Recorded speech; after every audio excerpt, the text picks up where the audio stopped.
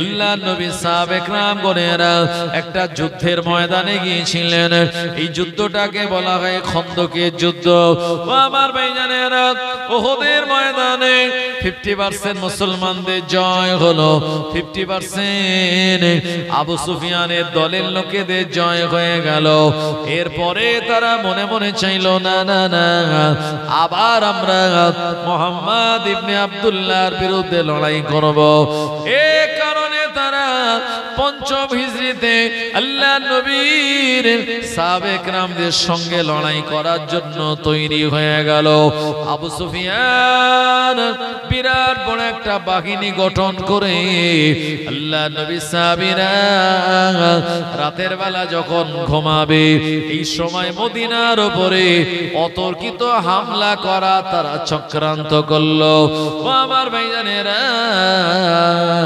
আল্লাহ পাকের ফেরেশতা জিবরাইল আলাইহিস সালাম প্রিয় নবীকে শুনিয়ে দিয়ে গেলেন, ইয়া রাসূলুল্লাহ হে, ইয়া হাবিবাল্লাহ, এই মক্কার জমিনে আবু সুফিয়ানের নেতৃত্বে একদল লোকেরা আবার মদিনা শরীফের উপরে তারা আক্রমণ করতে চায় রাতের বেলা। সুতরাং আপনি তাদের বিরুদ্ধে প্রতিরোধ করে তুলুন, তাদের বিরুদ্ধে আপনি ডিফেন্স করুন। আল্লাহর নবী দিন দুনিয়ার বাদশাহ এই আলোচনাটা শোনার পর, এই সংবাদটা শোনার পর সাহাবীদের ডাক দিয়ে বললেন, ও আমার সাহাবীরা, আমি তোমাদের নিয়ে বদরের ময়দানে গিয়েছিলাম, উহুদের ময়দানে গিয়েছি, তৃতীয় নম্বরে আমাদের আরেকটা যুদ্ধের ময়দানে যাওয়া লাগবে, এটি হলো খন্দকের ময়দান। আমার ভাইজানের আল্লাহর নবী মদিনার সীমান্তে চলে গেলেন। ওই জায়গায় গিয়ে সাহাবে کرامদেরকে বলেন, আমার সাহাবীরা, কিভাবে দুশমনদের প্রতিরোধ করা যায়। এক একজন সাহাবী এক এক রকমের মতামত দিলেন। নবীজির পছন্দ হলো না।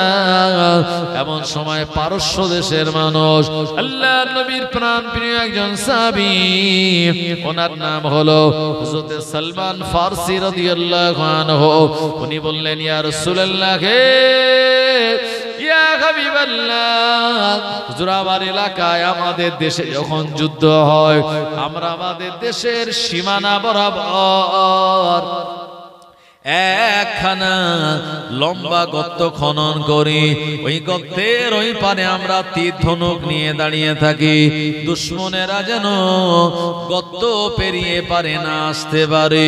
ইয়া রাসূলুল্লাহ হে, ইয়া হাবিবাল্লাহ, হুজুর আপনি যদি এটা করেন তাহলে দুশমনদের বিরুদ্ধে মোকাবেলা করা আমাদের জন্য সহজ হবে।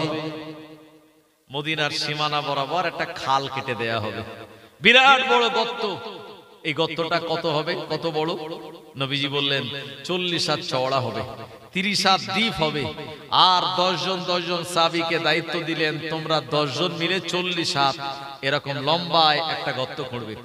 ওখান থেকে তারপরে সাহাবীর আবার 40 হাত, তারপরে আবার 40 হাত, এই করতে করতে গোটা মদিনার সীমানা বরাবর আমরা এমন ভাবে গর্ত কেটে দেব, ওই যারা মক্কা থেকে আমাদের বিরুদ্ধে লড়াই করার জন্য আসছে তারা যেন এই গর্তে নামতে না পারে। আর যদিও বা তারা গর্তে নেমে যায় তাহলে তারা আর উঠতে পারবে না। কারণ ঘোড়া বা হাতির গায়ে বা উটের গায়ে যতই জোর হোক না কেন, যদি একবার গর্তে পড়ে যায় ব্যাস তার গায়ের জোর সব শেষ। কথা ঠিক কিনা?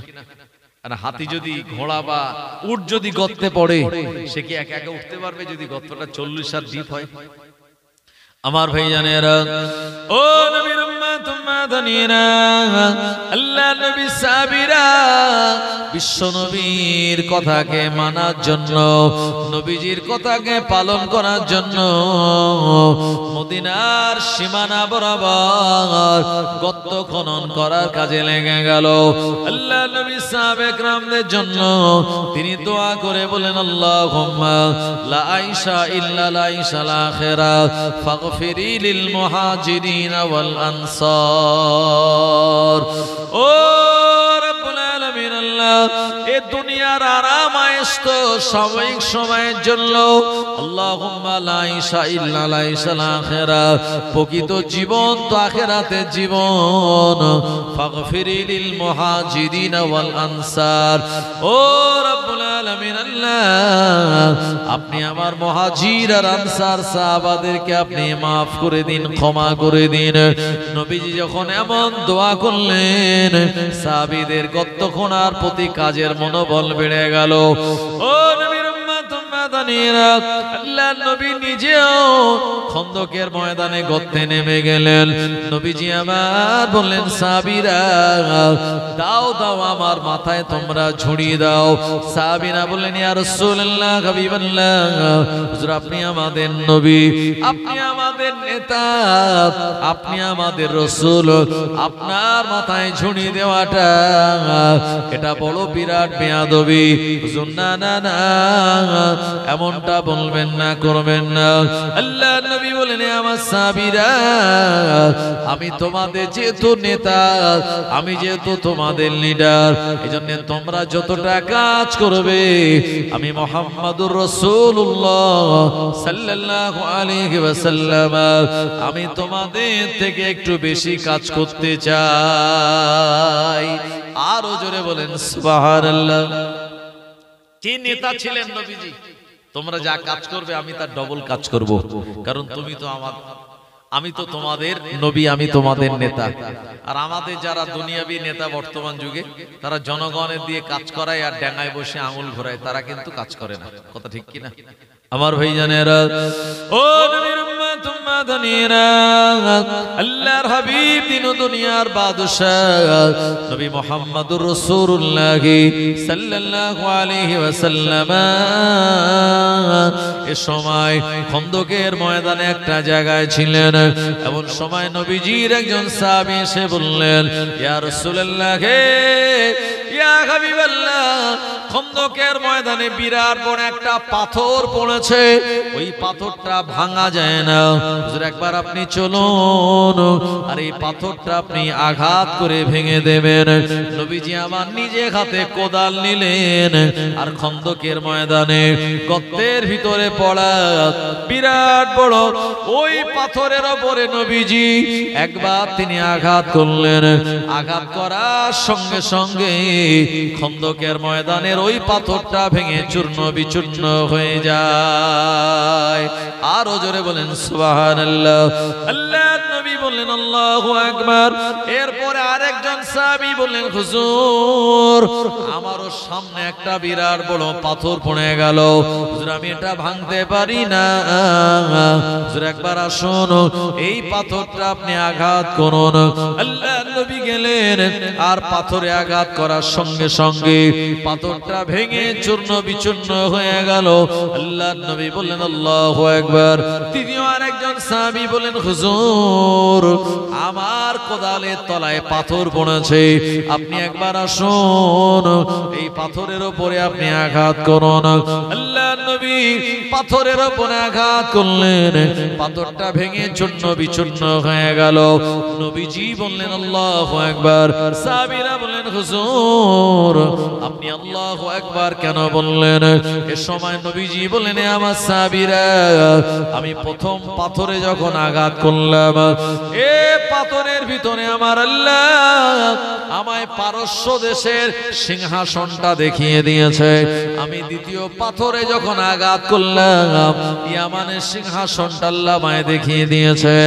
আর তৃতীয় পাথরে আঘাত করার পরে এমন করে আমি পারস্যের সিংহাসনটা দেখতে পেলাম এর অর্থ হলো আগামী দিনে আমার আল্লাহ রাব্বুল আলামিন এই দেশগুলি মুসলমানদের হস্তগত করে দেবে মুসলমানেরা এই দেশগুলি তারা জয় করবে আমার উম্মতেরা তারা এত বিরাট দেশ জয় করবে এ কারণে আমি মুহাম্মাদুর রাসূলুল্লাহ সাল্লাল্লাহু আলাইহি ওয়াসাল্লাম আল্লাহু আকবার বলে চিৎকার দিলাম একবার প্রাণ খুলে বলুন সুবহানাল্লাহ ও নবীর উম্মত ময়দানেরা, এমন সময় নবীজি খন্দকের ময়দানে নিজে কাজ করেন। এটা দেখার পর একজন সাহাবী আর থাকতে পারলেন না, বাড়ির থেকে তিনি এক মুঠা খেজুর আনলেন, নবীজির কাছে হাদিয়া দিয়ে বলেন, হুজুর খন্দকের ময়দানে গর্ত খোঁড়া আপনার বিরাট বড় কষ্ট হয়, হুজুর আমি এমন করে আমার বাড়ির থেকে আমি খেজুর এনেছি, হুজুর আপনি এটা গ্রহণ করে নিন। আল্লাহর নবী বললেন, না না না, এ খেজুর আমি একা খাবো না, আমার 3000 সাহাবীরা খন্দকের ময়দানে কাজ করে, আমি তাদের সঙ্গে নিয়ে খাদ্য খেতে চাই। আল্লাহর নবীর সময় বললেন, বাবা সাহাবী একটা কাপড়ের উপরে তোমার খেজুরগুলি বিসমিল্লাহ বলে ছড়িয়ে দাও। এর উপরে আল্লাহর নবী আর একটা কাপড় রেখে দিলেন।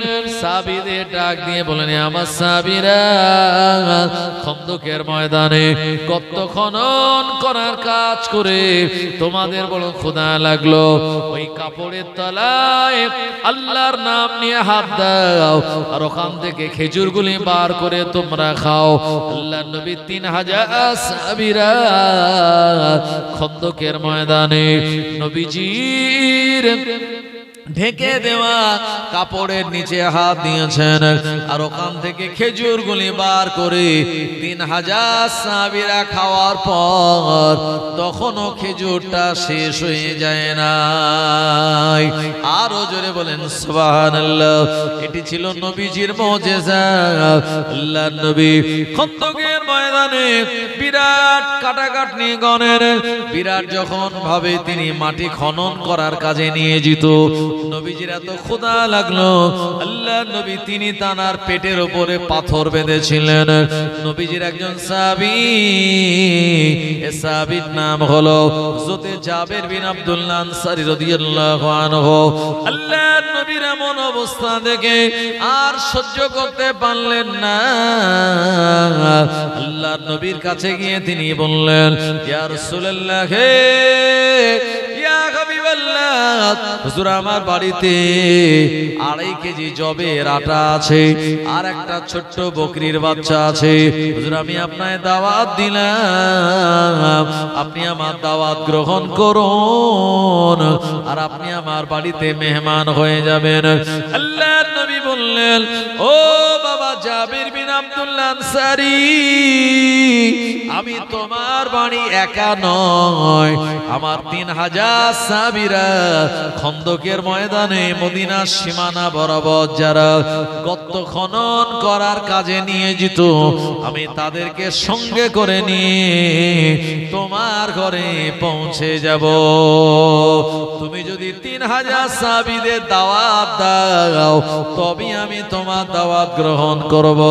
ও আমার ভাইজানেরা, জওয়ানেরা, যুবকেরা, আল্লাহর নবী সাহাবী জাবের বিন আব্দুল্লাহ আনসারী রাদিয়াল্লাহু আনহু বললেন, হুজুর আপনি বেয়াদবি মাফ করুন, আমি জাবের আমার বাড়িতে বেশি আটা নাই, 2.5 কেজি জবের আটা, ছোট্ট একটা বকরির বাচ্চা, আপনার 3000 সাহাবীরা গেলে আমি 2.5 কেজি জবের আটা রুটি বাকিয়ে আর ছোট্ট বকরির বাচ্চা যাবে করে আমি এত মেহমানদারি করাতে পারবো না। আল্লাহর নবী বলেছিলেন, ও বাবা জাবের, তুমি আল্লাহ তাআলার উপরে ভরসা রাখো আর তুমি নিয়াত করো, তবে আমি তোমায় দুটো জিনিস শিখিয়ে দেই, শুনে রাখো।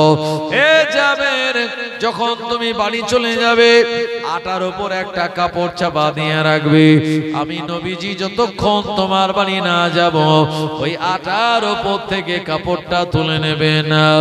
ও বাবা জাবের বিন আব্দুল্লাহ আনসারী, যে হাড়িতে তুমি বকরির গোশতটা রান্না করবে, আমি নবীজি না যাওয়া পর্যন্ত ওই গোশতের রান্না করা হাড়ি ঢাকনাটা যেন আলগা করবে না। আরো জোরে বলেন সুবহানাল্লাহ। নবীজি বললেন, যদি তুমি দুটি করতে পারো আমার আল্লাহ তোমার খাদ্যের ভিতরে বরকত দান করে দেবে। জাবের বিন আব্দুল্লাহ আনসারী চিন্তায় পড়ে গেছে, আল্লাহ এই 2.5 কেজি জবের আটা, ছোট্ট একটা বকরির বাচ্চা, আর যদি 3000 সাহাবীরা যায় আমি তো মেহমানদারি করাতে পারবো না। নবীজি বললেন, যাও, চিন্তা করো না, আল্লাহর উপরে ভরসা রাখো, তোমার দাওয়াত কবুল করলাম, তবে আমি 3000 জনকে নিয়েই যাব। ভাই চিন্তা হবে কি হবে না? হ্যাঁ, মেয়ের বিয়ের সময় বর যাত্রী আসার কথা ছিল 50 জন, বেলা 3টের সময় এসেছে 150 জন, আর গ্রামের লোককে যাদের দাওয়াত দিয়েছিল তাদের আগে ভাগে খাইয়ে দিয়েছে। এখন আসার কথা 50, এসছে 150 বেলা 3টেই। ভাই মেয়ের আব্বার টেনশন হবে না? হবে না? কি সর্বনাশ, আসার কথা 50, 150 এসছে, কোনো খবরও দেয়নি। তো সাহাবী চিন্তা করছে, আল্লাহ আমি দাওয়াত দিতে গিয়েছি নবীজিকে একা, আর নবীজি 3000 জনকে নিয়ে আসবেন, কি সর্বনাশ হবে তার ঠিক নাই। যদি আমি মেহমানদারি করাতে না পারি তো এটা তো বিরাট একটা লজ্জিত হয়ে যাব আমি।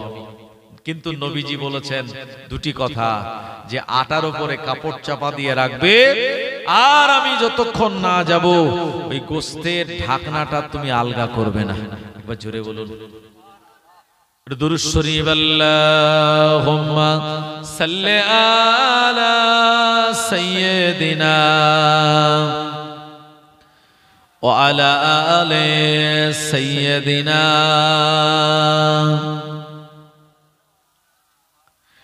एक दिन हम भी मदीने जाएंगे,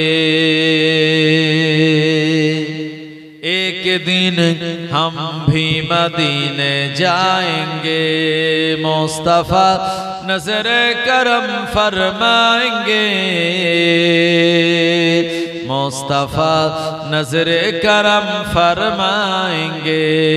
या नबी या नबी या नबी या नबी या नबी या नबी, एक दिन हम भी मदीने जाएंगे। जी रही हूँ बस इस उम्मीद पर, जी रही हूँ बस इस उम्मीद पर, जब करम होगा मदीने जाएंगे, जब करम होगा मदीने जाएंगे, मुस्तफा नजर करम फरमाएंगे, मुस्तफा नजर करम फरमाएंगे। या नबी या नबी या नबी या नबी या नबी या नबी, एक दिन हम भी मदीने जाएंगे। साक़िए कौसर करम फरमाएंगे, साक़िए कौसर करम फरमाएंगे, हम पिएंगे ओ पिलाते आएंगे, हम पिएंगे ओ पिलाते जाएंगे, मुस्तफा नजर करम फरमाएंगे, मुस्तफा नजर करम फरमाएंगे। या नबी या नबी या नबी या नबी या नबी या नबी। सो रही हूँ बस इस उम्मीद पर, सो रही हूँ बस इस उम्मीद पर, ख्वाबों में जलवा दिखाने आएंगे, ख्वाबों में चेहरे दिखाने आएंगे, मुस्तफा नजर करम फरमाएंगे,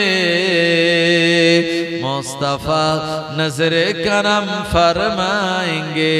या नबी या नबी या नबी या नबी या नबी या नबी, अल्लाहुम्मा सल्ले अला सय्यदिना মাওলানা মুহাম্মদ ওয়া আলা আলিহি সাইয়্যিদিনা। ও নবীর উম্মত উম্মাদানিরা, সাহাবী জাবের বিন আব্দুল্লাহ আনসারী রাদিয়াল্লাহু আনহু উনি বাড়িতে চলে গেলেন আর বকরিটাকে যাবে করে দিলেন। বিবিকে বললেন, আমার বিবি, জবের আটার উপরে কাপড় চাপা দিয়ে রাখো, আল্লাহর নবী না আসা পর্যন্ত ওই কাপড়টা তোলা যাবে না। ও নবীর উম্মত উম্মাদানিরা, আল্লাহর নবী জাবির বিন আব্দুল্লাহ আনসারী রাদিয়াল্লাহু আনহু তানার ঘরে চলে গেলেন। আল্লাহর হাবিব বললেন, আমার সাহাবীরা, ওই যে আটা রয়েছে ওই আটা খানিকটা নিয়ে আসো। আল্লাহর নবী সাহাবীরা খানিকটা আটা আনলেন। আল্লাহর নবী নিজের লোয়া মোবারক, নিজের লালা মোবারক নিয়ে ওই আটায় লাগিয়ে দিয়ে বললেন, এ আমার সাহাবীরা, এই আটা থেকে তোমরা খামির বানাও, যত ইচ্ছা তত খামির বানাবে, ওই আটাটা শেষ হবে না। জোরে বলেন সুবহানাল্লাহ। ও নবীর উম্মতেরা, একজন দুজন নয়, 3000 সাহাবে কেরামদের জন্য রুটি বানানো হলো। 2.5 কেজি জবের আটা শেষ হয় না। আল্লাহর হাবিব নিজে ওই সাহাবীর ঘরে চলে গেলেন, রান্না করে গেলেন। সাহাবী যেখানে বকরির গোশত রান্না করতেছিলেন, আল্লাহর নবী নিজে হাতে তিনি রান্না করলেন। 3000 সাহাবে কেরামদের বললেন, ও আমার সাহাবীরা, লাইন দিয়ে বসে যাও। আল্লাহর নবী সাহাবীরা লাইন দিয়ে তানারা বসে গেলেন। নবীজি আমার রুটিগুলি এবং গোশতগুলি দেওয়া শুরু করলেন। 3000 সাহাবে কেরামদের গোশত বন্টন করা শুরু হয়ে গেল। ও আমার ভাইজানেরা, অল্প করে নয়, যতটা রুটি আর গোশত দিলে একজন ক্ষুধার্ত ব্যক্তির পেট ভরে যায়, অতটা পরিমাণ গোশত আর রুটি দেওয়া হওয়ার পর 3000 জনের কাছে পৌঁছে গেল। এরপরে জাবির বিন আব্দুল্লাহ আনসারী রাদিয়াল্লাহু আনহুকে আল্লাহর নবী ডাক দিয়ে বললেন, ও বাবা জাবির, আসো, একসঙ্গে তুমি আর আমি খাদ্য খাই। জাবির বিন আব্দুল্লাহ আনসারী বলে, আল্লাহর হাবিব যখন আমায় ডাক দিয়েছে, আমি হাড়ির ওজন দেখে বুঝতে পেরেছি ছোট্ট একটা বকরির বাচ্চার গোশত। 3000 সাহাবে কেরামদের দেওয়ার পর ওই গোশতটা হাড়ির ভিতরে তখনও অবশিষ্ট রয়েছে। আরো জোরে বলেন সুবহানাল্লাহ। ও আমার ভাইজানেরা, সাহাবী জাবির বিন আব্দুল্লাহ আনসারী রাদিয়াল্লাহু আনহু মেহমানদারি করালেন। আর নবীজি তানার ঘরে গিয়ে বরকতের দোয়া চেয়েছিল। এ কারণে নবীজি বললেন, তোমরা কয়েকটা কাজ তাড়াতাড়ি করো। 1 নম্বরে, মসজিদে আযান হলে দেরি না করে তাড়াতাড়ি মসজিদে চলে যাও। 2 নম্বরে, কারোর উপরে হজ ফরজ হলে দেরি না করে তাড়াতাড়ি হজ আদায় করে নাও। নবীজি বললেন, যখন কারোর মেয়ে সাবালিকা, ওই মেয়েটা তাকে যোগ্যতম পাত্র দেখে বিবাহ দিয়ে দাও। আল্লাহর নবী বললেন, কেউ যখন সালাম দেবে দেরি না করলে দেরি না করে তাড়াতাড়ি জবাব দিয়ে দাও। 5 নম্বরে, তোমার বাড়ির যদি কেউ ইন্তেকাল করে তাড়াতাড়ি দাফন কাফনের আয়োজন করা। আর 6 নম্বরে, বাড়িতে মেহমান চলে আসলে ভালোভাবে তাড়াতাড়ি করে যতটুকু সম্ভব তার মেহমানদারির ব্যবস্থা করা। জোরে বলেন সুবহানাল্লাহ। ও নবীর উম্মত উম্মাদানিরা, আল্লাহর হাবিব জানিয়ে দিন, মেহমান যদি খুশি হয়ে যায়, আমার আল্লাহ রাব্বুল আলামিন আলামিন ওই ব্যক্তির উপরে খুশি হয়ে তার রুজি রোজগারে আল্লাহ উন্নতি দেন। আরো জোরে বলেন সুবহানাল্লাহ। ও আমার ভাইজানেরা, সাহাবী জাবের বিন আব্দুল্লাহ আনসারী রাদিয়াল্লাহু আনহু আল্লাহর নবী এবং তার সাহাবীদের যা মেহমানদারি করেছিলেন, আমার আল্লাহর আরশ পর্যন্ত খুশি হয়ে গিয়েছিল। আরো জোরে বলেন সুবহানাল্লাহ। আমার ভাইজানেরা, এজন্য মেহমানদের সঙ্গে ভালো আচরণ করা, তাদের মেহমানদারি করা, এটি নবীজির সুন্নাত। তবে যারা মেহমান হিসাবে যাবে তাদেরও এটা দেখতে হবে আমি যেন 3 দিনের বেশি না থাকি। মেহমান 3 দিন পর্যন্ত কারুর বাড়ি থাকতে পারে, তো 3 দিন পর্যন্ত আপনি তার আয়োজন ব্যবস্থাপনা করতে পারেন। 3 দিন পরে যদি মেহমান বাড়ি না যায়, মেহমানের কদর কমবে না বাড়বে? কমে যাবে। বলবে 3 দিন পর্যন্ত মাছ গোশ ডিমের জোগাড় করেছি, এত কুটুম এখনো বাড়ি যায় না। তো এরকম যদি 1 সপ্তাহ থেকে যায় তো বাড়িওয়ালার অসুবিধা হবে কি হবে না? এজন্য নবীজি বলেছেন মেহমান কারুর বাড়ি গেলে 3 দিনের বেশি থাকবে না। আর 3 দিন পর্যন্ত থাকলে বাড়িওয়ালার খুব একটা অসুবিধা হবে না। 3 দিনের পরে যদি 15 দিন এসে থেকে যায়, সমস্যা অসুবিধা হবে কি হবে না? আমার ভাইজানেরা, ও নবীর উম্মত উম্মাদানিরা, এটি ছিল খন্দকের ময়দানে আল্লাহর হাবিবের একটি বিরাট বড় মুজিজা। নবী আমার চলে গেলেন খন্দকের ময়দানে। এই জায়গায় যাওয়ার পর আল্লাহ নবী সাহাবীদের বললেন, গর্ত খোঁড়া যখন কমপ্লিট, আমরা গর্তের এপারে বসে থাকবো। দুশমনের আসলে পরে এখান থেকে আমরা তীর ধনুক মারবো, আর ওরা যদি মারে আমরা তার ডিফেন্স করব। ও নবীর উম্মত উম্মাদানিরা, মক্কার জমিনের লিডার আবু সুফিয়ান বিরাট বাহিনী গঠন করে এরা আগে ভাগে নিয়াত করেছিল মুহাম্মদ এবং তার সাহাবীরা রাতের বেলা যখন ঘুমাবে ওই সময় আমরা অতর্কিত হামলা করব। কিন্তু না না না, গভীর রাত যখন এরা মদিনার সীমান্তের কাছে যখনই আসলো, এদের মাথাটা হয়ে গেল। এরা বিরাট বড় চিন্তায় পড়ে গেল, হায় রেখায় সর্বনাশ। এই মদিনার সীমানায়, মদিনার ভিতরে ঢোকার আগে এত বিরাট বড় বড় খাল খনন করা হয়েছে। এই খালে যদি নামা হয় আমরা ওপারে উঠতে পারবো না। হাতি বা আর ঘোড়া বা উটকে যদি নামানো হয় এরাও তো আর উঠতে পারবে না। ও আমার ভাইজানেরা, যুদ্ধের এমন কৌশল দেখে আবু সুফিয়ান প্রথমেই সে ঘাবড়ে গেল। জোরে বলেন সুবহানাল্লাহ। এই গর্ত পেরিয়ে ওখানে যাব কি করে? নবীজি সাহাবীদের বলেন, খবরদার তোমরা আগে তীর মারবে না, ওরা যদি তীর মারে তারপরে আমরা ডিফেন্স করব। আমার ভাইজানেরা, ও নবীর উম্মতেরা, এরপরে দুশমনেরা এসে ওরা ওই গর্তের ওই পারে দাঁড়িয়ে রইল, মদিনার ভিতরে ঢুকতে পারে না। এদের মাথাটা গরম হয়ে গেল। আল্লাহ নবী সাহাবীরা গর্তের এপারে যারা তাবু খাটিয়েছিলেন বাবা, তাদের দিকে তীর মারা শুরু হয়ে গেল। নবীজি বলেন, সাহাবীরা ওদের তীরে তোমরা জবাব দাও, ডিফেন্স করো। ও নবীর উম্মতেরা, এভাবে তীরের মাধ্যমে যুদ্ধ শুরু হয়ে গেল। আমার ভাইজানেরা, আল্লাহ নবী সাহাবীরা তানারাও তীর নিক্ষেপ করে, দুশমনেরাও তীর নিক্ষেপ করে।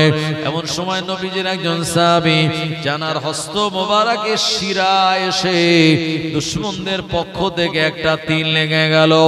এ সাহাবীর হাতের শিরাটা কেটে গেল, সেখান থেকে ফিনকি দিয়ে রক্ত বার হয়। আল্লাহ নবীর কয়েকজন সাহাবীরা তীরের আঘাত প্রাপ্ত হয়েছিলেন। এই সময় নবীজি আমার আল্লাহ পাকের কাছে দোয়া করে বললেন, ও রব্বুল আলামিন, আল্লাহ এভাবে কতদিন যুদ্ধ চলতে পারে? আল্লাহ একটা ফয়সালা আপনি করে দিন, হার জিতের একটা ব্যবস্থা আল্লাহ আপনি করে দিন। আল্লাহ রাব্বুল আলামিনের পক্ষ থেকে জিবরাইল আলাইহিস সালাম ওহী নিয়ে চলে আসলেন। ইয়া রাসূলুল্লাহ, হে ইয়া হাবিবাল্লাহ, চিন্তার কোনো কারণ নাই। আজকে রাতের বেলা আমার আল্লাহ আসমানি গজব ওদের উপরে নাজিল করে দেবে। আপনি খুশি হন, ইনশাআল্লাহ আল্লাহ ওদের উপরে আসমানি আযাব আর গজব দেবে। আমার ভাইজানেরা, জওয়ানেরা, যুবকেরা, রাত গভীর হয়ে গেল। এ সময় আবু সুফিয়ান বলল, মুহাম্মদ ইবনে আব্দুল্লাহ সাহাবীরা রাতের বেলা তারা যখন একসঙ্গে নামাজ আদায় করবে, আমরা পিছন দিক দিয়ে অতর্কিত হামলা করে তাদের কাছ থেকে আমরা বিজয় ছিনিয়ে নিয়ে যাব। এমন আলোচনা তাদের ভিতরে যখন হয়ে গেল, আল্লাহর নবীকে জিবরাইল আলাইহিস সালাম এসে বললেন, ইয়া রাসূলুল্লাহ, হে ইয়া হাবিবাল্লাহ, একসঙ্গে নামাজ আদায় করা যাবে না। একদল নামাজ পড়বে, আর একদল পাহারা দেবে, আর একদল পাহারা দেবে, আর একদল নামাজ আদায় করবে। এরকম সিস্টেমে, এরকম শিফট সিস্টেমে, রোটেশন সিস্টেমে, অল্টারনেটিভ করে এই জায়গায় আমাদের দণ্ডায়মান থাকা লাগবে। আল্লাহ নবী সাহাবীরা তাই করলেন। আমার ভাইজানেরা, একটা সময় দুশমন বেঈমানেরা এরা বড় চিন্তায় পড়ে গেল, আমরা গর্তের এই পারে যুক্ত করি আর ওই পারে এই খবরগুলি কেমন করে চলে যায়। এরা বলছে আমরা গর্তের এই পারে যুক্তি করছি, নামাজ যখন একসঙ্গে পড়বে আমরা পিছন দিক দিকে অতর্কিত হামলা করব। কিন্তু নবীজিকে জিবরাইল আমিন বলেন, হুজুর একসঙ্গে নামাজ পড়া যাবে না। একদল নামাজ পড়বে আর একদল পাহারা দেবে। তাদের নামাজ পড়া হয়ে যাবে, যারা পাহারা দিচ্ছিল তারা নামাজ পড়বে। এই অল্টারনেটিভ সিস্টেমে নামাজ পড়া লাগবে। এই সময় আবু সুফিয়ান অবাক, বলল, আমরা এই পারে যুক্তি করছি, ওই পারে খবরটা দিচ্ছে কে? একটু জোরে বলেন সুবহানাল্লাহ। জিবরাইল আলাইহিস সালাম খবর দিয়ে দিচ্ছে, আল্লাহ পাক তাকে খবর দিতে বলছেন নবীজিকে। ওরা ওখানেই রইল, আল্লাহ ওদের উপরে আসমানি গজব শুরু করলেন। জিবরাইল আলাইহিস সালাম বললেন, ইয়া রাসূলুল্লাহ, হে ইয়া হাবিবাল্লাহ, হুজুর ওদের উপরে আসমান থেকে ঝোড়ো হাওয়া শুরু হবে, আসমান থেকে বড় বড় শিলা পড়বে আর ঠান্ডা বাতাস বইবে। ওদের তাঁবুগুলি সব লুটপাট হয়ে যাবে, ওদের তাঁবু উড়ে যাবে, আর আসমান থেকে পড়া শিলের আঘাতে ওই ময়দানে তারা কেউ থাকতে পারবে না। ওই আমফান ঝড় হয়েছিল, যাদের টালির বাড়ি আল্লাহ আল্লাহ করছিল, আল্লাহ কি হবে তার ঠিক নাই। টিনের চাল তো উড়ে গেছে, চিলেকোটা উড়ে চলে গিয়েছিল, বড় বড় গাছ ভেঙে গিয়েছিল, না যায়নি ভাই? হ্যাঁ, এই আমফানের কথা আমাদের মনে আছে। লকডাউনের সময় এই বিরাট আমফান হলো আমার ভাইজানেরা। সুতরাং এই রকম আমফানের মতো তার থেকে আরো বেশি দ্রুত গতিতে আল্লাহ ঝোড়ো হাওয়া ওদের উপরে দেওয়া শুরু করলেন, বেঈমানদের উপরে। অথচ নবী সাহাবীরা গর্তের পারে, তাদের উপরে কোনো হাওয়া, কোনো মেঘ, কোনো পানি, কোনো গর্জন কিছুই হয়নি। জোরে বলেন সুবহানাল্লাহ। আমার ভাইজানেরা, ও নবীর উম্মত উম্মতানিরা, মক্কার বেঈমান বেদিনদের উপরে আমার ভাইজানেরা এক বিরাট ঝোড়ো হাওয়া শুরু হয়ে গেল, সঙ্গে বিরাট বড় বড় শিলা বৃষ্টি আর ঠান্ডা হাওয়া। এত বিরাট দ্রুত গতিতে হাওয়া, ওদের তাঁবুগুলি সব উড়ে চলে যায়। বড় বড় শিলা ওদের গায়ে পড়ে আমার ভাইজানেরা বিরাট লাগে। ওরা ওখানে আর দাঁড়াতে পারলো না, ওরা সব দ্রুত গতিতে মক্কা দিকে দৌড়াতে লাগলো। পালাও পালাও রাব উঠে গেল। ময়দান ছেড়ে দিয়ে, তাবু ছেড়ে দিয়ে আবু সুফিয়ানের দলের লোকেরা মক্কাতুল মুকাররমার দিকে রওনা হয়ে যায়। ও আমার ভাইজানেরা, সকাল হয়ে গেল। ফজরের নামাজ কালাম আদায় করে আল্লাহর নবী বলেন, আমার সাহাবীরা, একবার দুশমনদের ময়দানের দিকে চেয়ে দেখো, গর্তের ওই পারে টোটাল ময়দান পুরো ফাঁকা। জোরে বলেন সুবহানাল্লাহ। আল্লাহর হাবিব বললেন, আমার সাহাবীরা, আল্লাহ পাক গত রাতের বেলা ওদের উপরে শিলাবৃষ্টি জোড়ো হাওয়া দিয়েছিল। এমন শিলাবৃষ্টি আর ঝোড়ো হাওয়ার সামনে তারা দাঁড়াতে পারল না। নবী আবার ওখান থেকে মদিনার জমিনে নিজের ঘরে চলে আসলেন, আল্লাহ তাআলার দরবারে শুকরিয়া জ্ঞাপন করে। এমন সময় নবী আমার গোসল করতেছিলেন, জিবরাইল আলাইহিস সালাম চলে আসলেন। ইয়া রাসূলুল্লাহ, হে ইয়া হাবিবাল্লাহ, হুজুর আপনি খন্দকের ময়দান থেকে আপনি উম্মে সালমা রাদিয়াল্লাহু আনহা তানার ঘরে এসে আপনি গোসল করতেছেন। হুজুর আপনি একবার আমার চেহারার দিকে দেখুন, আমি জিবরাইল, আমার চেহারা ধুলোবালি মিশ্রিত। মক্কার বেঈমানদের আমি তাড়াতে তাড়াতে ওদের মক্কার জমিনে ঘরের ভিতরে তুলে দিয়ে এসেছি। এ কারণে আমি জিবরাইল, আমার চেহারায় ধুলোবালি।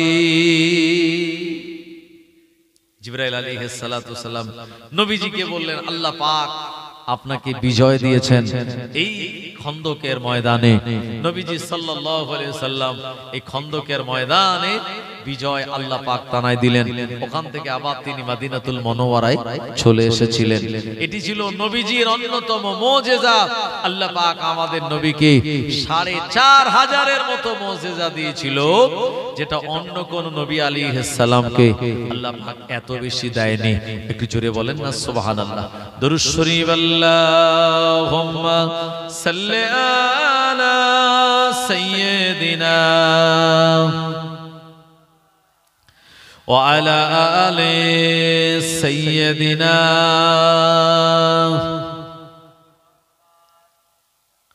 জামানা দিওয়ানা ও গো মা আমিনা, তোমার লালের নাই তুলনা মাগো, তোমার লালের নাই তুলনা। মেঘমালা ছায়া করে রোদনা লাগে গায়ে, পায়ের তলায় গরম মরু শীতল হয়ে যায় ভাই, শীতল হয়ে যায়।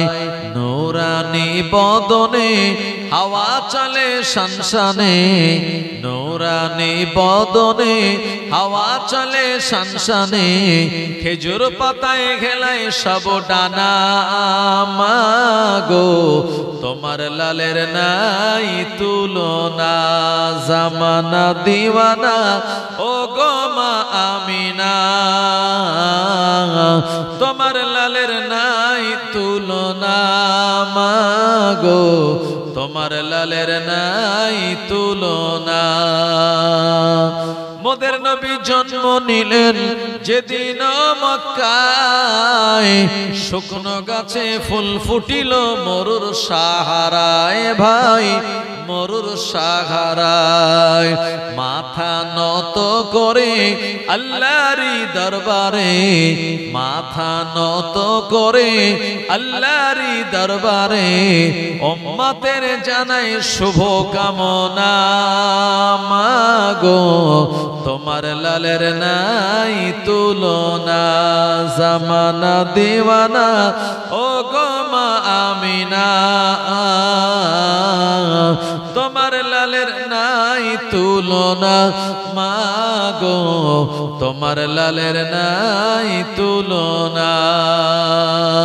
মোদের নবী শুয়ে শুয়ে আকাশে তাকায়, জান্নাতেরই হর গেলে মান সালাম জানায় ভাই, সালাম জানায়। নবীর এক ইশারায় গাছ এসে সালাম জানায়, নবীর এক ইশারায় গাছ এসে সালাম জানায়। আসমানেরই চাঁদ জাগারত খেলো না মাগো, গো তোমার লালের নাই তুলনা জামানা দিওয়ানা ও গো মা আমিনা তোমার লালের নাই তুলনা মা গো তোমার লালের নাই তুলনা আল্লাহুম্মা সাল্লি আলা সাইয়্যিদিনা খুব মোহাব্বতে বলেন আলা আলে ও নবীর উম্মত উম্মাতানিরা আল্লাহ নবী মদিনার জমিনে একজন ইহুদির বাড়িতে গেলেন ওই ইহুদি বলেছিল ও মুহাম্মদ ইবনে আব্দুল্লাহ আমার বাড়ির কুয়া থেকে তুমি যদি বালতি রশি করে পানি তুলে দাও তোমায় পারিশ্রমিক দেওয়া হবে তোমায় কিছু দিরহাম দেওয়া হবে নবী আমার একজন সাহাবীকে নিয়ে ওই জায়গাতে তিনি পানি তুলছিলেন আল্লাহ নবী ইহুদির বাড়ি থেকে বালতি রশি করে পানি তোলেন এমন সময় প্রিয় নবীর হস্ত মোবারক থেকে ওই রশিটা কেটে বালতিটা কুয়ার মধ্যে পড়ে যায় ও নবীর উম্মতেরা এই সময় ইহুদিটা এমন অবস্থা দেখে আর সহ্য করতে পারল না এর প্রচন্ড রাগ হয়ে গেল ইহুদি এ বদমাইশ প্রিয় নবীর নুরানি চেহারা মোবারকে এক চড় মেরে দিল আল্লাহ নবী এ সময় তিনি মুখে হাত দিলেন কিন্তু নবীজি পাল্টা ইহুদিকে মারলেন না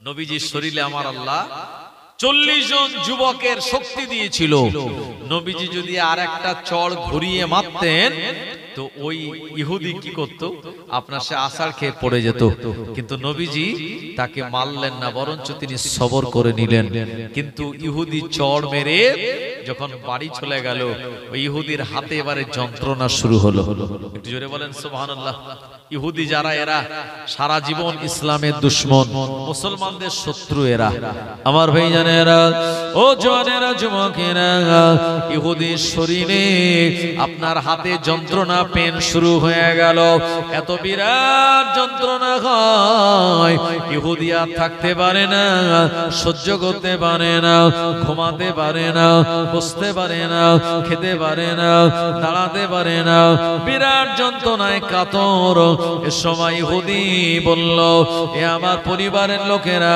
আমার হাতটা কবজি পর্যন্ত কেটে দাও সুতরাং আমার হাত কেটে দিলে মনে হয় আমার এমন পেন যন্ত্রণা বন্ধ হয়ে যাবে আমার ভাইজানেরা ইহুদির হাতটা কেটে দেয়া হলো যন্ত্রণা বন্ধ হলো না ইহুদির মরণাপন্ন অবস্থা এমত অবস্থায় কাটা হাত নিয়ে প্রিয় নবীর কাছে চলে গেলেন আল্লাহ নবীর কাছে ইহুদি গিয়ে ক্ষমা স্বীকার করে বললেন ও মুহাম্মদ ইবনে আব্দুল্লাহ আপনি আমায় মাফ করে দিন আপনি আমায় ক্ষমা করে দিন আপনি আমার বাড়িতে বালতি রশি দিয়ে পানি তুলছিলেন রশিটা কেটে বালতিটা কুয়ায় পড়ে গেল আমি রাগান্বিত হয়ে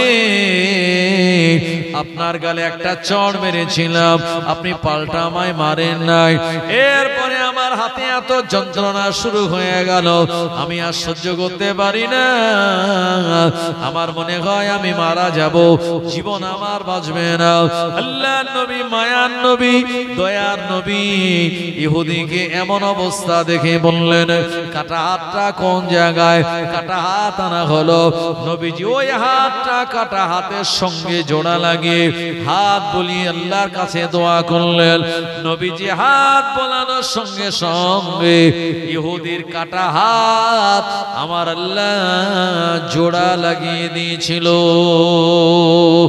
আরো জোরে বলেন সুবহানাল্লাহ ও নবীর উম্মত উম্মতানিরা এ সময় ইহুদি বুঝতে পারলো আল্লাহর নবী তাকে আমি মেরেছি, মারার পরেও আমার এত বড় উপকার করে দিল, আমার কাটা হাত জোড়া লেগে গেল, আমার যন্ত্রণা বন্ধ হয়ে গেল।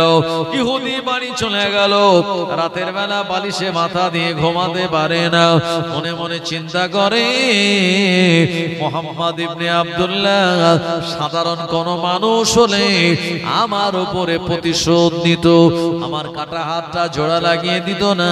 কাটা হাত যে জোড়া লাগিয়ে দিয়েছে ইনি সাধারণ কোন মানুষ নয়, আল্লাহ তাআলার একজন পয়গম্বর। ওই ইহুদি পরবর্তীতে নিজের ভুল বুঝতে পেরে ইসলামের নূরের আলোয় আলোকিত হয়ে নবীজির হাতে হাত দিয়ে ঈমানের কালেমা পড়ে নিয়েছিল। আশহাদু আল্লা ইলাহা ইল্লাল্লাহু ওয়া আশহাদু আন্না মুহাম্মাদান আবদুহু ওয়া রাসূলুহু। একবার প্রাণ খুলে বলুন সুবহানাল্লাহ। ও আমার ভাইজানেরা, এ দুনিয়া জমিনে আমার আল্লাহ আমাদের নবীকে বিরাট বড় নেয়ামত করেছেন। আল্লাহ পাক ওই নবীকে আদব আর সম্মান করার জন্য আমাদেরকে বলেছেন। কোরআন মাজিদ আল্লাহ শুনিয়েছেন, ইয়া আইয়ুহাল্লাযীনা আমানু লা তারফাউ আসওয়াতাকুম ফাওকা সাওতিন নবী ওয়া লা তাজহারু লাহু বিল কওলি কাজহারি বাদিকুম লিবাদিন আতাহাবাতা আমালুকুম ওয়া আনতুম লা তাশউরুন। আল্লাহ পাক শুনিয়ে বললেন, হে বিশ্বাসী বান্দারেরা, তোমাদের গলার আওয়াজ যেন আমার নবীর গলার আওয়াজের থেকে উঁচু না হয়। যদি যেমন ভাবে তোমরা একে অপরে নিজেদের ভিতরে কথা বলা বলি করো, যদি তোমাদের গলার আওয়াজ আমার নবীর গলার আওয়াজের থেকে উঁচু হয়ে যায়, আনতাহাবাতা আমালুকুম, তাহলে তোমাদের আমালগুলি সব বরবাদ হয়ে যাবে। ও আনতুম লা তাশউরুন, কেমন ভাবে বরবাদ হয়ে যাবে তোমরা তা কিছুই বুঝতে পারবে না। ও আমার ভাইজানেরা, ওই নবী সম্পর্কে আমার আল্লাহ কোরআন মাজিদে শুনিয়েছেন, ওয়ারাফানা লাকা যিকরাক হাবিব, আমি আল্লাহ আপনার আলোচনাটাকে দুনিয়ার জমিনে সমুন্নত দান করে দিলাম। আরো মহব্বত করে বলেন সুবহানাল্লাহ। ও আমার ভাইজানেরা, ও নবীর উম্মত উম্মতানিরা, হযরত আলী রাদিয়াল্লাহু আনহুর চোখ উঠেছিল খায়বারের যুদ্ধের দিন। আল্লাহর নবী বললেন, আজকে এমন একজনের হাতে আমি ইসলামের পতাকা তুলে দেব, আমার আল্লাহ পাক তানার হাত দিয়ে এই খায়বারের ময়দানে মুসলমানদের বিজয় দান করে দেবে। ও আমার ভাইজানেরা, ও নবীর উম্মত উম্মতানিরা, আল্লাহর নবী এই সময় বললেন, আমার আলী কোন জায়গায়? হযরত আলী রাদিয়াল্লাহু আনহু এই জায়গায় ছিলেন না। নবীজি সাহাবীরা বলেন, হুজুর আপনার সাহাবী আলীর চোখ উঠেছে, এ কারণে ফজরের নামাজে জামাতে আসতে পারে নাই, সিজদা দিলে বড় কষ্ট হয়। আল্লাহর নবী বললেন, বাবা আমার আলীকে ডাক দাও। হযরত আলী রাদিয়াল্লাহু আনহুকে ডাক দেয়া হলো। বিশ্ব নবীর কাছে আসলেন, ইয়া রাসূলুল্লাহ হাবিবাল্লাহ, লাব্বাইক সাদাইক ইয়া রাসূলুল্লাহ, হুজুর আমার চোখ উঠেছে, চোখে আমার পীড়া হয়েছে, এ কারণে আমি নামাজের পিছনে ছিলাম। ও নবীর উম্মতেরা, এ সময় নবীজি আমার নিজের লালা মোবারক নিয়ে আলী রাদিয়াল্লাহু আনহু চোখে লাগিয়ে দেওয়ার সঙ্গে সঙ্গে আমার আল্লাহ আলী হুজুরের চোখটা ভালো করে দিয়েছিলেন। আরো জোরে বলেন সুবহানাল্লাহ। নারে তাকবীর, নারে তাকবীর। মেটোরাইট গ্রামে বাৎসরিক ইসালে সওয়াব, হিজবুল্লাহ, আহলে সুন্নাত ওয়াল জামাত, মুজাদ্দিদুজ জামানের হক সিলসিলা, নারে তাকবীর। দুরূদ শরীফ, আল্লাহুম্মা সাল্লি আলা سيدنا وعلى آل سيدنا বাদশাহী করেন দ্বীনের নবী বাদশাহী করেন দ্বীনের নবী মক্কা ওই না মাকামে দুঃখ ছাড়া সুখ নবীজি নিলেন না এ দুনিয়ায় একদিন নবীজি সুখের খানা উদর ভরে খাইলেন না খাট পালঙ্গ গদিত শোকে নবীজি একদিন শুইলেন না বাদশাহী করেন দ্বীনের নবী মক্কা ওই না মাকামে দুঃখ ছাড়া সুখ নবীজি নিলেন না এ দুনিয়ায় একদিন নবীজি শুইয়াছিলেন খেজুর পাতার বিছানায় জিবরাইল এসে ডাকেন নবীজিকে ও নবীজি শোনো না তোমার উম্মত ডুবিয়া গেল গুনাহগারের সাগরে চমকে ওঠেন দয়ার নবীজি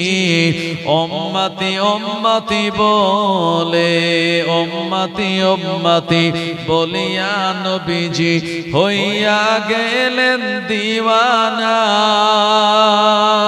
বাদশাহী করেন দ্বীনের নবী মক্কা ওই না মাকামে দুঃখ ছাড়া সুখ নবীজি নিলেন না এ দুনিয়ায় আল্লাহুম্মা সাল্লি আলা সাইয়্যিদিনা وعلى آل سيدنا ও আমার ভাইজানেরা আল্লাহ পাক আমাদের নবীকে আমাদের জন্য বড় নেয়ামত করেছিলেন ওই নবীকে মহব্বত করুন নবীকে আপনি ভালোবাসুন প্যার করুন আল্লাহ নবীর ভালোবাসা মহব্বত দেওয়া এটাও ঈমানি দায়িত্ব আল্লাহ পাক কোরআন মাজিদে শুনিয়ে বললেন কুল ইন কুনতুম তুহিব্বুনাল্লাহ ফাত্তাবিউনি ইউহিব্বুকুমুল্লাহ ওয়া ইয়াগফিরু লাকুম যুনুবাকুম আল্লাহু গফুরুর রহিম আল্লাহ বললেন কুল নবী আপনি বলুন ইন কুনতুম তুহিব্বুনাল্লাহ যদি তারা আল্লাহ পাককে ভালোবাসতে চায় আমার আল্লাহর ভালোবাসা পেতে চায় ফাত্তাবিউনি তারা যেন আপনাকে অনুসরণ করে তারা যদি আপনাকে অনুসরণ করে আমি আল্লাহ দুটো পুরস্কার দেব এক নম্বর পুরস্কার হলো ইউহিব্বুকুমুল্লাহ আমি আল্লাহ তাদেরকে ভালোবাসবো আপনাকে যারা ভালোবাসবে আমি আল্লাহ আপনার ওই উম্মতটাকে আমি আল্লাহ ভালোবাসবো শুধু ভালোবাসা নয় ওয়া ইয়াগফিরু লাকুম যুনুবাকুম আমি আল্লাহ ক্ষমা করে দেব তাদের জীবনের গুনাহসমূহ আল্লাহ শুনিয়ে দিলেন আল্লাহু গফুরুর রহিম আমার আল্লাহ হলেন বড় দয়াময় আমার আল্লাহ হলেন বড় ক্ষমাশীল জোরে বলুন সুবহানাল্লাহ ও নবীর উম্মত মাদানীরা এজন্য ভালোবেসেছিলেন হযরত আবু বকর সিদ্দিক রাদিয়াল্লাহু আনহু। আল্লাহর নবী কয়েক মাস আগে বলেছিলেন, বাবা আবু বকর, এ মক্কার মানুষের অত্যাচার অবিচার, মক্কার মানুষের জুলুম আর অত্যাচার, এগুলি আর সহ্য করে মক্কা জমিনে আর থাকবো না। আমার আল্লাহ রাব্বুল আলামিন আমাকে নির্দেশ দেবেন, আমি হিজরত করে মদিনায় চলে যাব। বাবা আবু বকর, ওই দিন তুমি আমার সঙ্গী হবে। ও নবীর উম্মত মাদানীরা, কয়েক মাস আগে বলেছিলেন নবী আমার যে রাতের বেলা হিজরত করবেন, সফর মাসের 27 তারিখে ওই রাতের বেলা নবী আমার নিজের ঘর থেকে বাইরে বার হবেন।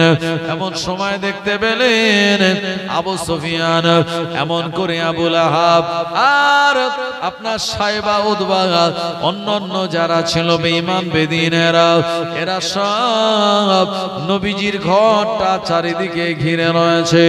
আমার ভাইজানেরা, আবু সুফিয়ানের দলের লোকেরা এদিন প্রিয় নবীর ঘরটা ঘিরে রেখেছিল। কারো বা নাম ছিল আপনার শুআইব বিন আমর, কারো বা নাম ছিল সুহাইল বিন আমর। আমার ভাইজানেরা, এরা সব প্রিয় নবীর ঘরটা হুজরা মোবারক ঘিরে রেখে দিয়েছিল। নবীজিকে হত্যা করবে বলে এই নিয়াত করে নবীজির ঘরের চতুর্দিকে দাঁড়িয়েছিল।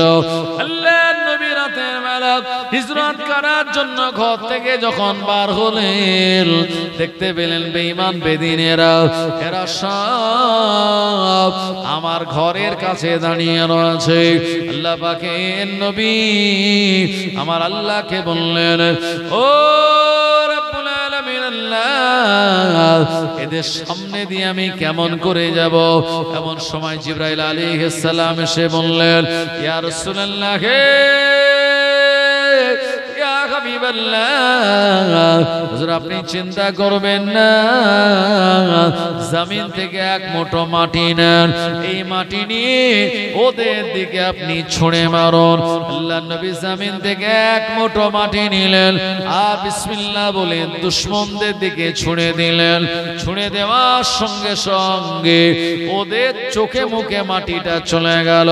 কোরআন মাজিদের সূরা ইয়াসিনে আল্লাহ পাক শুনিয়ে বললেন, ওয়াজআলনা মিন বাইনি আইদিহিম সাদ্দান ওয়া মিন খালফিহিম সাদ্দান ফাআগশাইনাহুম ফাহুম লা ইউবসিরুন। আমার আল্লাহ বলেন, হাবিব আপনি মাটিটা ছুঁড়ে দেওয়ার সঙ্গে সঙ্গে ওদের চোখে মুখে চলে গেল। আমি আল্লাহ সাময়িক সময়ের জন্য ওদেরকে অন্ধ করে দিলাম আর আপনি ওদের সামনে দিয়ে বেরিয়ে গেলেন। ওরা আপনায় লা ইউবসিরুন, ওরা আপনায় দেখতে পেল না। আমি আল্লাহ ওদের আর আপনার মাঝখানে প্রাচীর নির্মাণ করে দিয়েছিলাম। আরো জোরে বলেন সুবহানাল্লাহ। ও নবীর উম্মত মাদানীরা, গভীর রাতের বেলা নবী আমার আবু বকরের ঘরে গিয়ে একবার আস্তে করে ডাক নিয়েছেন। আবু বকর ডাক দেওয়ার সঙ্গে সঙ্গে দরওয়াজা খানা খুলে গেল। আবু বকর হুজুর আমাদের নবীকে আহলান সাহলান মোবারকবাদ জানালেন। নবী আমার বড় অবাক হয়ে জিজ্ঞাসা করে বললেন, ও বাবা আবু বকর, এই গভীর রাতের বেলা তুমি কেমন করে জানলে আজকে রাতের বেলা আমি তোমার ঘরে আসব? আবু বকর সিদ্দিক রাদিয়াল্লাহু আনহু বলেছিলেন, ইয়া রাসূলুল্লাহ,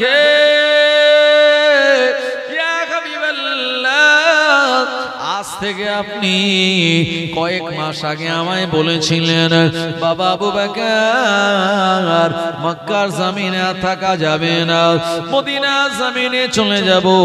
ওই দিন তুমি আমার একমাত্র সাথী হবে।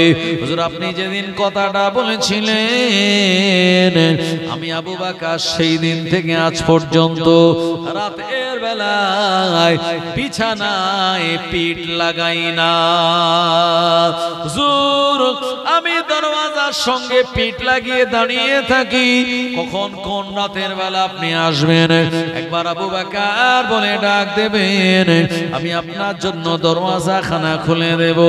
ইয়া রাসূলুল্লাহ, ইয়া হাবিবাল্লাহ, চারিদিকে দুশমন আর শত্রুরা, আপনি যদি বারবার আবু বকর আবু বকর বলে ডাকেন আর আমার যদি ঘুম না ভেঙে যায়, আপনার সঙ্গে আমার বেয়াদবি হয়ে যাবে। কিয়ামতের দিন আমার আল্লাহ যদি আমায় প্রশ্ন করে, আমি আবু বকর সেই দিন কি জবাব দেব? হুজুরের কারণে আমি রাতের বেলা ঘুমাই না, আপনার আগমনের অপেক্ষায় আমি রাত জেগে থাকি। আরো জনে বলেন সুবহানাল্লাহ। এ মোহাম্মদ তিনি দেখিয়েছিলেন বলে আল্লাহ নবীর হাত দিয়ে আমার আল্লাহ আবু বকর সিদ্দিক রাদিয়াল্লাহু আনহুকে জান্নাতের সার্টিফিকেট দিয়ে দিয়েছিলেন। এজন্য আমাদের নামাজ, আমাদের রোজা, আমাদের হজ ও যাকাত তখন আল্লাহ তাআলার কাছে প্রিয় হয়ে যাবে, তখন আল্লাহর কাছে কবুল হবে যখন আমাদের ইবাদত বান্দেগীর সঙ্গে নবীজির মহব্বত আর ভালোবাসা থাকবে। আল্লাহর নবীর আদর্শ মহব্বত ভালোবাসা যদি আমরা নিয়ে ইবাদত করতে পারি, তবেই ওই ইবাদত আমার আল্লাহ তাআলার কাছে গ্রহণযোগ্য। আরো মহব্বত করে বলেন সুবহানাল্লাহ, নারে তাকবীর। অনেক আছে ইমানদার, নামাজ কালাম সব কিছু আছে, কিন্তু নবীজির মহব্বত তাদের ভিতরে নাই। এজন্য নবীজির মহব্বত আমাদের অন্তরে হৃদয়ে রাখতে হবে। নবীজিকে মহব্বত করেছিলেন ওয়াইস কারনী রাহমাতুল্লাহ আলাইহি। আমার ভাইজানেরা, যে ওয়াইস কারনীর মাজার আছে, ওমান নামে একটা দেশ আছে, সেই ওমানের সালালা বলে একটা জায়গা, পাহাড়ি এলাকায় ওয়াইস কারনী রাহমাতুল্লাহ আলাইহির কবর মাজার আছে। তিনি নবীজিকে এত প্রেম দিয়েছিলেন, এত মহব্বত করেছিলেন, না দেখে আমরা নবীজিকে দেখিনি, ওয়াইস কারনীও সরাসরি নবীজিকে দেখেননি। আমার ভাইজানেরা, না দেখে কি মহব্বত দিয়েছিলেন।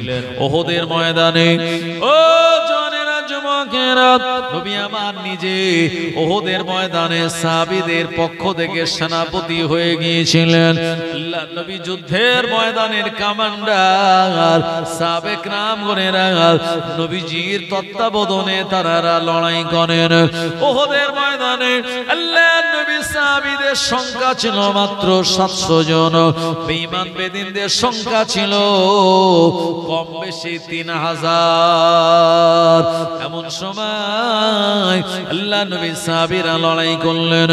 প্রথম অংশে আমার আল্লাহ বিজয় দিয়ে দিয়েছিলেন, কিন্তু দ্বিতীয় অংশে আল্লাহ নবী সাহাবীরা যখন দেখলেন বেঈমানেরা সব পালিয়ে চলে গেল, আবু সুফিয়ানের লোকেরা পালিয়ে চলে গেল, গোটা ময়দান খালি হয়ে গেল, গানিমাতের মাল কোড়ানোর জন্য তারা ব্যস্ত হয়ে পড়লেন। এমন সময় আবু সুফিয়ান ওহদের ময়দানে আল্লাহ নবী সাহাবে কিরামদের যে জায়গাগুলি পাহারা দেওয়ার জন্য আমার নবী বলেছিলেন, আল্লাহ নবী সাহাবীরা ওই জায়গাগুলি পজিশন ছেড়ে দিয়েছিল। রাস্তা যখন ফাঁকা পেল, দ্বিতীয়বার অতর্কিত হামলা করল আবু সুফিয়ানের দলের লোকেরা। আল্লাহ নবী সাহাবীরা দ্বিতীয়বার হামলার পরে তারা হক চুকিয়ে গেলেন। ও আমার ভাইজানেরা, আল্লাহ নবী সাহাবীরা অনেকে তরবারি খুলে রেখে দিয়েছিলেন, শরীরের পোশাক খুলে রাখলেন, তরবারি খাপের ভিতরে ঢুকিয়ে রাখলেন। এরকম অবস্থায় দ্বিতীয়বারের অতর্কিত হামলায় আল্লাহ নবী সাহাবীরা তারা আপনার ওই জায়গাতে অনেকে শহীদ হয়ে গেলেন। দ্বিতীয়বার ডিফেন্স করতে পারলেন না। আল্লাহ নবীর মহব্বতের চাচা যান হযরত আমির হামজা রাদিয়াল্লাহু আনহু, আল্লাহ নবী সাহাবী হযরত হানজালা রাদিয়াল্লাহু আনহু উহুদের ময়দানে শহীদ হয়ে গিয়েছিল। আমার ভাইজানেরা, আল্লাহ নবী উহুদের ময়দানে ময়দানে যখন একা হয়ে গেল, এমন সময় একজন দুশমন নবীজির কাছাকাছি চলে এসেছে। এ দুশমনের নাম হলো ইবনে কামআ। নবীজির চেহারা মোবারক লক্ষ্য করে একটা তীর মেরেছিল। কোন রিওয়ায়াতে এসেছে পাথর মেরেছিল। ওই পাথর মারার কারণে নবীজির সামনে দুটি রুবাই দান্দার মোবারক শহীদ হয়ে যায়। ও নবীর উম্মতেরা, আল্লাহর হাবিবের চেহারা মোবারকটা রক্তাক্ত হয়ে গেল। নবীজির শরীরের উপরে তরবারির উল্টো পিঠ দিয়ে আঘাত করা হয়। আল্লাহর হাবিবের দুটি কাঁধ প্রচন্ড ব্যথা হয়ে গেল। নবীজি আমার বললেন, আমার সাহাবীরা কে আছো, আমায় তুলে নিয়ে যাবে উহুদ পাহাড়ের উপরে। এমন সময় আবু তালহা রাদিয়াল্লাহু আনহু আল্লাহর নবীর কাছে এসে উহুদ পাহাড়ের কাছাকাছি যখনই নিয়ে গেলেন, আমার আল্লাহর হুকুমে উহুদ পাহাড়টা দুই ভাগে বিভক্ত হয়ে গেল। একবার জোরে জোরে বলেন সুবহানাল্লাহ। ও নবীর উম্মতেরা, নবী আমার উহুদ পাহাড়ের এর ভিতরে প্রবেশ করলেন। এমন সময় প্রিয় নবী সাল্লাল্লাহু আলাইহি ওয়াসাল্লাম তানার দান্দান মোবারক শহীদ হয়ে গিয়েছে। এই কথাটা যখন চারিদিকে ছড়িয়ে গেল, আল্লাহর নবীর প্রাণপ্রিয় মুহাব্বতের উম্মত, মুহাব্বতের তাবি ওয়াইস কারনী রাহমাতুল্লাহ আলাইহির কানে গেল। এই মুহাব্বতের উম্মত, তিনি পাথর দিয়ে তানার গালে দুটি দাঁত ভেঙে দিয়েছিল। ওয়াইস কারনী মনে করলো যে দাঁত আমি ভাঙলাম, মনে হয় দাঁত নবীজির গালে নাই রয়েছে, আর আমার গালে দাঁত রয়েছে, ওই দাঁত হয়তো নবীজির গালে নাই। একথা চিন্তা করে আল্লাহর নবী দুটি দান্দান মোবারক শহীদ হয়ে গিয়েছে থাকতে না পেরে, আর পাথর দিয়ে মেরে মেরে সমস্ত দাঁতগুলি তিনি ভেঙে দিয়েছিলেন। ও নবীর উম্মত উম্মতানিরা, কি মুহাব্বত দেখিয়েছিলেন। কিন্তু না না না, ওই ওয়াইস কারনী জীবনে কোনোদিন জীবন দশায় সশরীরে নবীজির দরবারে হাজির হয় নাই। তার কারণ হলো ওয়াইস কারনী রাহমাতুল্লাহ আলাইহির আম্মা দুনিয়াতে বেঁচে ছিল। এই আম্মা অত্যন্ত বৃদ্ধা মহিলা। হযরত ওয়াইস কারনী চিন্তা করলেন, আমার মাকে আমি ওমানে রেখে নবীজির সঙ্গে দিদার করতে যাব, আর আমার মা কষ্ট পাবেন, খাদ্য পাবেন না, আমার মা পানি পাবেন না, মায়ের বড় কষ্ট হবে।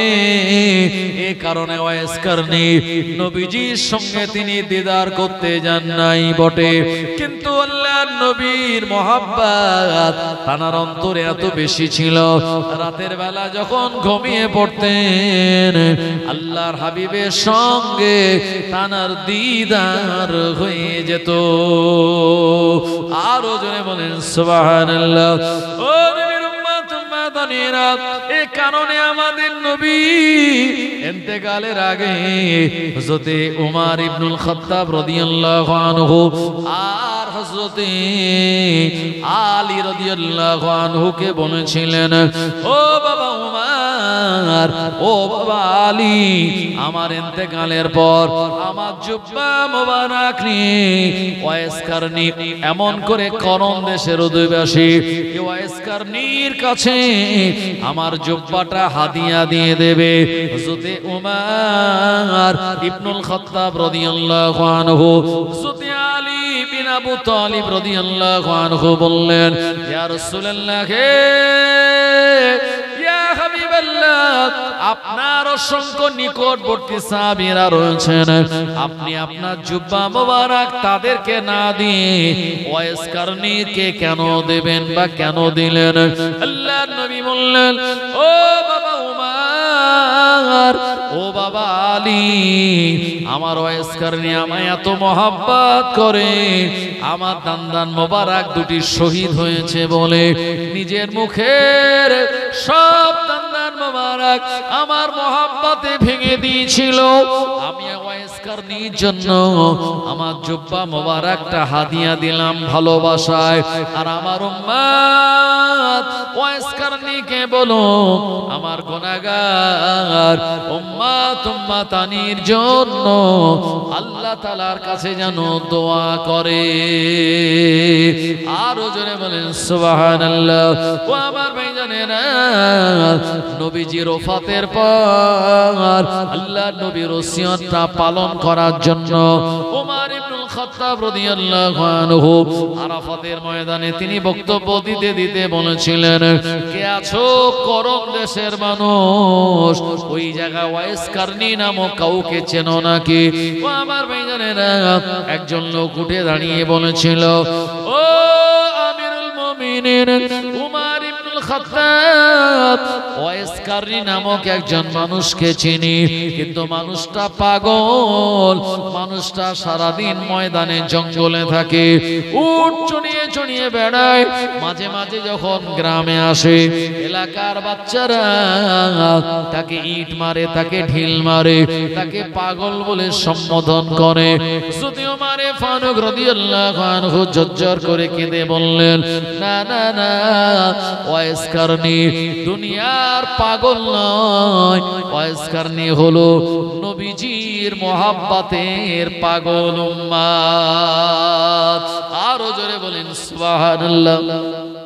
এজন্য পাগলকে দেখে টিটকারি মারা, তাকে দেখে অসম্মান করা, পাগলকে নিয়ে মজা করা, এটা চরম অন্যায়।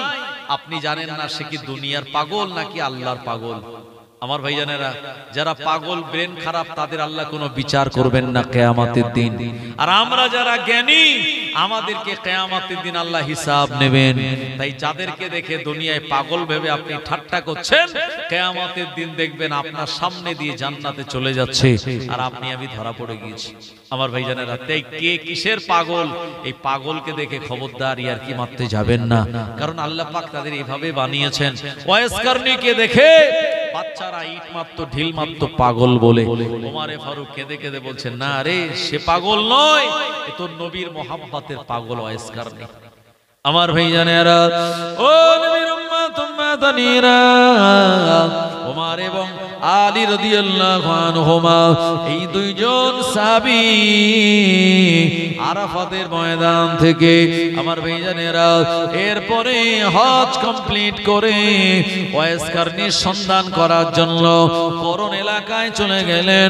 এই জায়গাতে যাওয়ার পরে দেখতে পেলেন এলাকার মানুষজনেরা ওয়াইস কারনি নামক মানুষকে তেমন চেনে না। অনেক খোঁজাখুঁজি করার পর একজন বললেন, আপনি ওয়াইস কারনির সঙ্গে দেখা করতে এসেছেন, আপনি তাকে এখানে পাবেন না, চলে যান জঙ্গলের ভিতরে, দেখবেন উট চড়াচ্ছে। ও আমার ভাইজানেরা, যদি উমর এবং আলী রাদিয়াল্লাহু আনহু দুজন মিলে চলে গেলেন গভীর জঙ্গলের ভিতরে। এই জায়গায় যাওয়ার পরে দেখতে পেলেন আল্লাহর নবীর মহব্বতের তাবি ওয়াইস কারনির আশপাশে উটগুলি চড়ে চড়ে বেড়ায়। ওয়াইস কারনি রাহমাতুল্লাহ আলাইহি আল্লাহর নামাজে দাঁড়িয়ে ওমরে ফারুক রাদিয়াল্লাহু আনহু, যুদি আলী রাদিয়াল্লাহু আনহু আমার ভাইজানেরা দাঁড়িয়ে রইলেন। নামাজ যতক্ষণ শেষ না হয়, নামাজ শেষ হয়ে গেল, এরপরে সালাম ফেরালেন। ওমর ইবনুল খাত্তাব আলী রাদিয়াল্লাহু আনহু সালাম দিলেন, ওয়াইস কারনি রাহমাতুল্লাহ আলাইহি সালামের জবাব দিলেন। ওমর ইবনুল খাত্তাব বলেছিলেন, ও নবীজির ভালোবাসার উম্মত, এই নিন আমরা এসেছি আল্লাহর নবীর দরবার থেকে। নবীজি আমাদের পাঠিয়েছেন, নবীজি ওফাতের আগে বলে গিয়েছেন তার জুব্বাটা যেন আপনার কাছে পৌঁছে দেওয়া হয়। আল্লাহর নবী নবীর ভালোবাসার উম্মত, এ নিন, এটা নবীজির জুব্বা, আপনি হাদিয়া গ্রহণ করুন।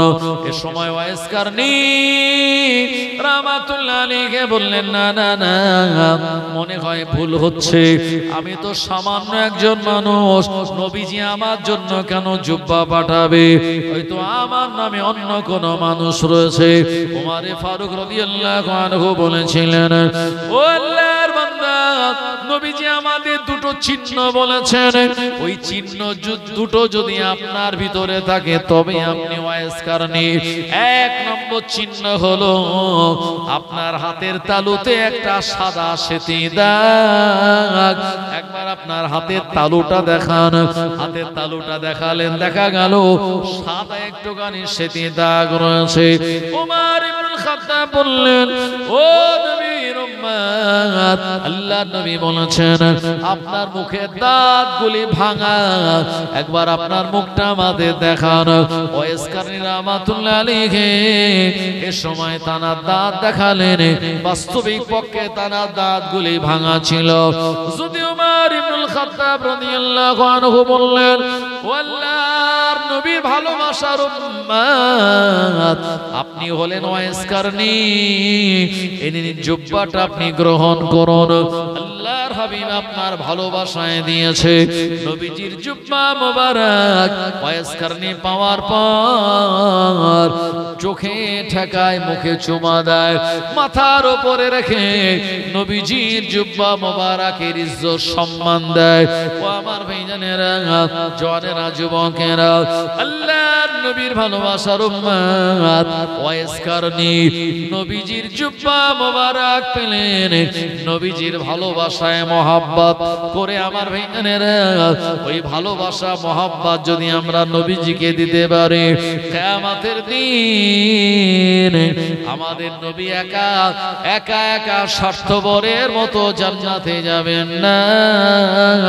নবী হলেন মায়ার নবী, দয়ার নবী, ভালোবাসার উম্মতের জন্য সুপারিশ করে ভালোবাসার উম্মতদের নিয়ে আল্লাহর দয়া জান্নাতে চলে যাবে। আরো জোরে বলেন সুবহানাল্লাহ, নারে তাকবীর।